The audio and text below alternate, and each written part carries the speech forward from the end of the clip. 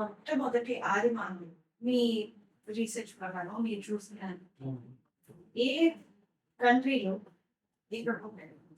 South Africa అని చెప్తుంటారు. But మన కాడ చూస్తే కనుక ఇప్పటి వరకు ప్రూవ్డ్ ఎవిడెన్సెస్ అయితే తమిళనాడులో ఉన్నాయి.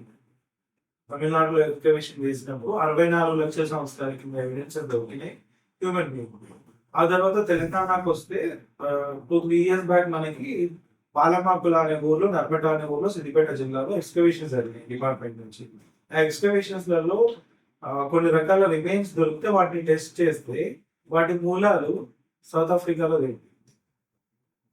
దట్ మీన్స్ 10,000 సంవత్సరాల క్రితం సౌత్ ఆఫ్రికా నుంచి ఎవరో ఇక్కడికి వలస వచ్చారు. బట్ దేశే ఇండియా పరిస్థితి చాలా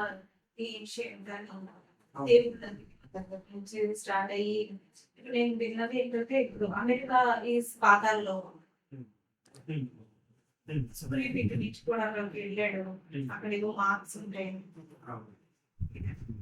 సో పాండవులు వాళ్ళ ఆయుధాలన్నింటినీ ఆస్ట్రేలియాలో పెట్టుకున్నారు కాబట్టి దానికి అభివృద్ధి వచ్చిందని. ఆస్ట్రేలియా అది ఆస్ట్రేలియా అయిందని. How it is possible? Like మీరు జియోలాజికల్ గా చూస్తే ఖండాల విభజన మీరు ప్రాక్టికల్ గా ప్రతి సంవత్సరానికి 4 సెంటీమీటర్లు పక్కకు జరుగుతుందనే విషయం మనకి ప్రాక్టికల్ గా ప్రూవ్ అవుతుంది. సముద్ర మట్టం 2 మీటర్లు పెరుగుతుందనే విషయం మన అందరికీ తెలుస్తుంది. సో ఇట్లా మీరు అనుకున్న కాలానికి లెక్కేస్తే ఆ రెండు కలిసే ఉండాలి కదా,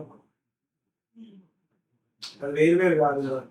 సుగ్రీవుడు వెళ్ళాడే అనుకోండి, సుగ్రీవుడు ఇక్కడ నుంచి అక్కడికి వెళ్ళాడే అనుకోండి, అది సౌత్ ఆఫ్రికా అమెరికా వెళ్ళారు. వెళ్ళిన తర్వాత అదే ఆర్కియాలజికల్ గా చూస్తే 10,000 సంవత్సరాల కింద మనకి మెగాలిథిక్స్ కట్టే టైంలో అప్పుడే వాళ్ళు సివిలైజ్ అవుతున్నారు. అప్పుడప్పుడే వాళ్ళు క్లోత్ చేసుకోవడం స్టార్ట్ చేశారు. అట్లంటే మనకంటే వెనుకొని ఉన్నట్టే కదా. ఆ దగ్గర సుగ్రీవుడు పోయిన ఎక్కడ రికార్డ్ అయిపోయింది చెప్పడానికి. టెన్జింగ్ నార్గే ఎవరెస్ట్ ని అధిరోహించాడు అనడానికి ఐ హావ్ ఎన్ ఎవిడెన్స్. పలానా డేట్ రోజు పలానా 8,896 అడుగులు ఉన్న ఎవరెస్ట్ ని ఎక్కాడని నా దగ్గర ఒక డేట్ సహాతో ఉంది. రాకేష్ శర్మ చంద్రబాబు మీదకి ఎప్పుడు వెళ్ళాడో ఒక డేట్ ఎవిడెన్స్ ఉంది.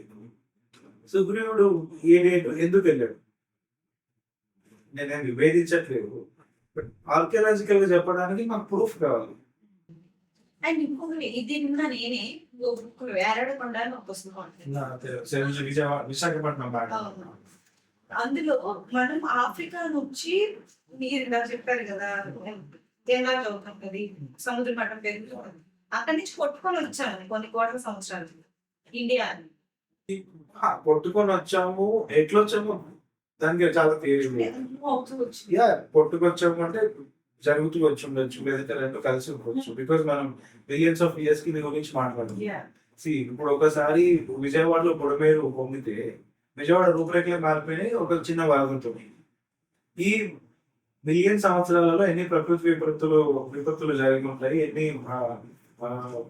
ఎన్ని సునామీలు వచ్చి ఉంటాయి, ఎన్ని రకాల ప్రకృతి విలాపాలు జరిగి ఉంటాయి. ఈ టైంలో ఏదైనా జరగవచ్చు. సో దానికి ఈ టైంలో జరిగింది ఇది అని నేను చెప్పాలి. లైక్ బై రోడ్ వచ్చారు లేదంటే బై ఫుట్ వచ్చారు అని అంటే ఎప్పుడు మొదలయ్యారు, ఎప్పుడు ఎండ్ అయ్యారు. ఈ నుంచి అక్కడికి రావడానికి according to Google maps calculate చేస్తే 2.5 సంవత్సరాలు పడుతుంది ఎవ్రీడే నడిచినా కూడా. Is that possible? చాలా మంది ఇప్పుడు బైక్ రైడ్స్ చేస్తున్నారు, మొత్తం ఆల్ ఓవర్ కంట్రీ చేస్తున్నారు. ఫ్రమ్ ఇండియా హైదరాబాద్ నుంచి కూడా చేస్తున్నారు. ఇండియా హైదరాబాద్ నుంచి లండన్ వరకు డైరెక్ట్ రోడ్ వే ఉంది ఇప్పుడు. సో అట్లా అలాగే మన ఉందా?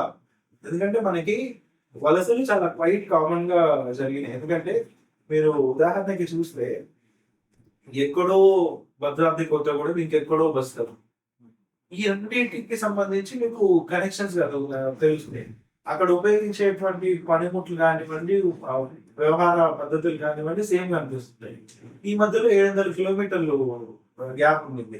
మీరు ఇంకొక విషయం ఆలోచిస్తే ఇప్పుడు ఈ శాసనాలు అనే విషయాలు పక్కన పెడితే కాకతీయ సామ్రాజ్యం ఎగ్జాంపుల్ తీసుకుంటే గణపతి దేవుడు 75 సంవత్సరాలు రూల్ చేశారు. Warangal was it is capital town. Warangal నుంచి మొదలు పెడితే ఒరిస్సాలో గంజాం అనే బోర్డర్. నేను బై రోడ్ ట్రావెల్ చేస్తే 12 గంటలు పడుతుంది. బట్ ఏ కమ్యూనికేషన్ సిస్టమ్ ఇప్పుడు అంత ప్రాపర్ రోడ్ ఉంది, 5G టెక్నాలజీ ఉంది, మొబైల్ ఫోన్స్ ఉన్నాయి, ఐటీ ఉంది. ఇన్ని ఉన్నా కూడా నేను 12 గంటలు ట్రావెల్ చేస్తే కానీ నేను ఆ ప్లేస్కి రీచ్ అవ్వలేకపోతున్నాను. ఢిల్లీ నుంచి వరంగల్కి రావడానికి 3 నెలలు పట్టేది బై రోడ్. అయినా కానీ 7 సార్లు వచ్చి దండయాత్రలు చేశారు కదా. ఇక్కడ నుంచి గంజాం వెళ్ళడానికి ఎంత టైం పట్టి ఉంటుంది? ఎన్ని మజిలీలు చేసేవాళ్ళు, ఎన్నిసార్లు ఆగేవాళ్ళు, వాటిలో ఎన్నెన్ని టెంపుల్స్ తిరుగుకుంటూ ఎన్నెన్ని ఊర్లలో విడిది చేసుకుంటూ వెళ్ళేవాళ్ళు. రుద్రందేవి మందడం శాసనంలో అక్కడ ప్రసూతి హాస్పిటల్ కట్టి అక్కడ ఒక 16 మంది నాట్యకర్తలకి ఇల్లుల్లో నిర్మించినట్టు మందడం శాసనం చెప్తుంది. ఆమె బర్త్డే సెలబ్రేట్ చేసుకుంది 1262లో మార్చ్ 25th రోజు. అది శాసనంలో రాసింది. If you can think, Warangal నుంచి మందడం ఎంత దూరం? చాలా దూరం. మీరు గుర్రం మీద వెళ్ళాలి, బండి మీద వెళ్ళాలి, వెహికల్స్ ఏం లేవు. ఇప్పుడు వెళ్తేనే 1 డే పడుతుంది. అప్పుడు ఎన్ని రోజులు జర్నీ పడుతుంది? సో ఇది మీరు 600 సంవత్సరాల కింద థింక్ చేస్తేనే మీకు ఇంత గందరగోళంగా ఉన్నప్పుడు 50 లక్షల సంవత్సరాల క్రితం ఏ మనిషి ఎక్కడి నుంచి వలస వచ్చిందో థింక్ చేస్తుంది. అండ్ ఇంకొకటి ఏమవుతుంది అంటే జీనాలజీలో ఒక వ్యక్తి పోయినా కూడా మొత్తం వంశం పోయినట్టే ఉంటుంది. ఇప్పుడు ఫర్ ఎగ్జాంపుల్ ఇక్కడ నుంచి ఎవరైనా ఒక పర్సన్ వేరే దేశానికి వెళ్ళి ఎస్టాబ్లిష్ అయ్యి ఆయన పెళ్లి చేసుకొని ఆయన పిల్లల్ని కానీ ఒక 50 ఏళ్ళు గడిచింది అనుకోండి, ఆయనకు సంబంధించిన వాళ్ళు ఒక 100 మంది అవుతారు. దట్ డజంట్ మీన్ దట్ వాళ్ళు అక్కడే పుట్టారని కాదు, వాళ్ళ రూట్స్ ఎక్కడో ఇండియాలో ఏదో మూలలో ఉండుంటాయి కదా. సో అట్లా ఆఫ్రికా నుంచి ఒక్కరు ఇతరులు వచ్చి ఉండొచ్చు, లేదంటే 50 మంది ఒక సమూహం ఒక గుంపు వచ్చి ఉండొచ్చు. వాళ్ళ వంశం ఇక్కడ డెవలప్ అయి ఉండొచ్చు. అంతేగాని మొత్తం ఒకటిసారి వచ్చేదనేది కూడా కొంచెం ఇక్కడ అంత దూరం నుంచి ఇక్కడికే ఏరుకోరు ఎందుకు రావాలి? కొన్ని సైబీరియన్ పక్షులు ఉంటాయి, మధ్యలో 13 దేశాలు వదిలిపెట్టుకొని ఇక్కడికే ఎందుకు వస్తాయి వాళ్ళకి? ఇక్కడ ఉన్నటువంటి నేచర్, ఇక్కడ ఉన్నటువంటి వాతావరణ పరిస్థితులు వాటి గుడ్లు పెట్టడానికి పొదగడానికి అనుకూలంగా ఉంటాయి కాబట్టి వస్తాయి.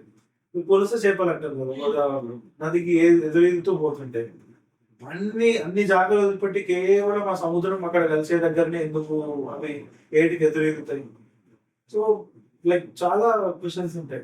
పక్షులన్నీ గాల్లో ఏదో కొలత కొలిసినట్టు ఒక 1 feet డిస్టెన్స్ తోని ప్రయాణిస్తూ ఉంటాయి.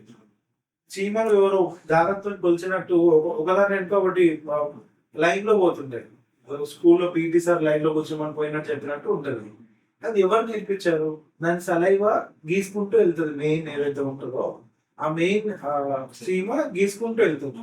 ఆ సలైవాను ఫాలో అయ్యి ఏదో ఒక టెక్నికాలిటీ ఉంటుంది. So we should think about that particular technicality ఏంటి అని. ఎందుకు జరిగిందని ఆలోచిస్తే సమాధానాలు అవే వస్తాయి. సో ఇందాక మీరు 63 లక్షల సంవత్సరాల ముందు ఫస్ట్ ఆదిమానవ 64 తమిళనాడు. సో వాళ్ళు ఎలా ఉండేవాళ్ళని మీరు హైట్ 1 feet మనకంటే పెద్దపడ్డాం. బికాస్ ఎక్స్కవేట్ చేసినప్పుడు కొన్ని రకాల రిమైన్స్ దొరుకుతుంటాయి, కొన్ని స్కెల్టన్స్ దొరుకుతుంటాయి, కొన్ని సర్కోఫాగస్ అని అంటారు, శవపేటి ఉంటుంది. కార్బోనాయిడ్లో కానీ కార్బోనాయిడ్సిస్లో కానీ ఉంటుంది. ఆ డామినాయిడ్సిస్ ని మనం కార్బన్ డేటింగ్ చేసినప్పుడు లైక్ ఇప్పుడు ఉన్న టెక్నాలజీ మీకు తెలుసు, ఒక చిన్న హెయిర్ ఇచ్చినా కూడా మొత్తం ఏజ్ తో సహా మొత్తం డీటెయిల్స్ వస్తాయి. సో కార్బన్ డేటింగ్ చేసినప్పుడు ఏ ఏజ్ లో చచ్చిపోయారో కూడా మనకు తెలుస్తుంది. అట్లాంటిది ఒక చిన్న ఇంట్రెస్టింగ్ విషయం హైదరాబాద్ మ్యూజియం లో జరిగింది. హైదరాబాద్ మ్యూజియం లో ఒక మమ్మీ ఉంటుంది. సౌత్ ఇండియాలోనే ఒకే ఒక మమ్మీ లేడీ. అది లైక్ 6th నిజాం గిఫ్ట్ 1,50,000 కొన్నారు. అది మ్యూజియం లోనే ఉంది. దాన్ని సిటీ స్కానింగ్ చేసేంత వరకు దాని గురించి మనకున్న భ్రమలన్నీ వేరు. సిటీ స్కానింగ్ చేసిన తర్వాత దాని రిపోర్ట్ వచ్చిన తర్వాత మనకు తెలిసిన విషయాలు వేరు. అప్పటిదాకా 18 సంవత్సరాల వయసున్న ఒక అమ్మాయి, ఆమె రాకుమారి అని మనం పుస్తకాలలో రాసుకున్నాం, అదే చదువుకున్నాం.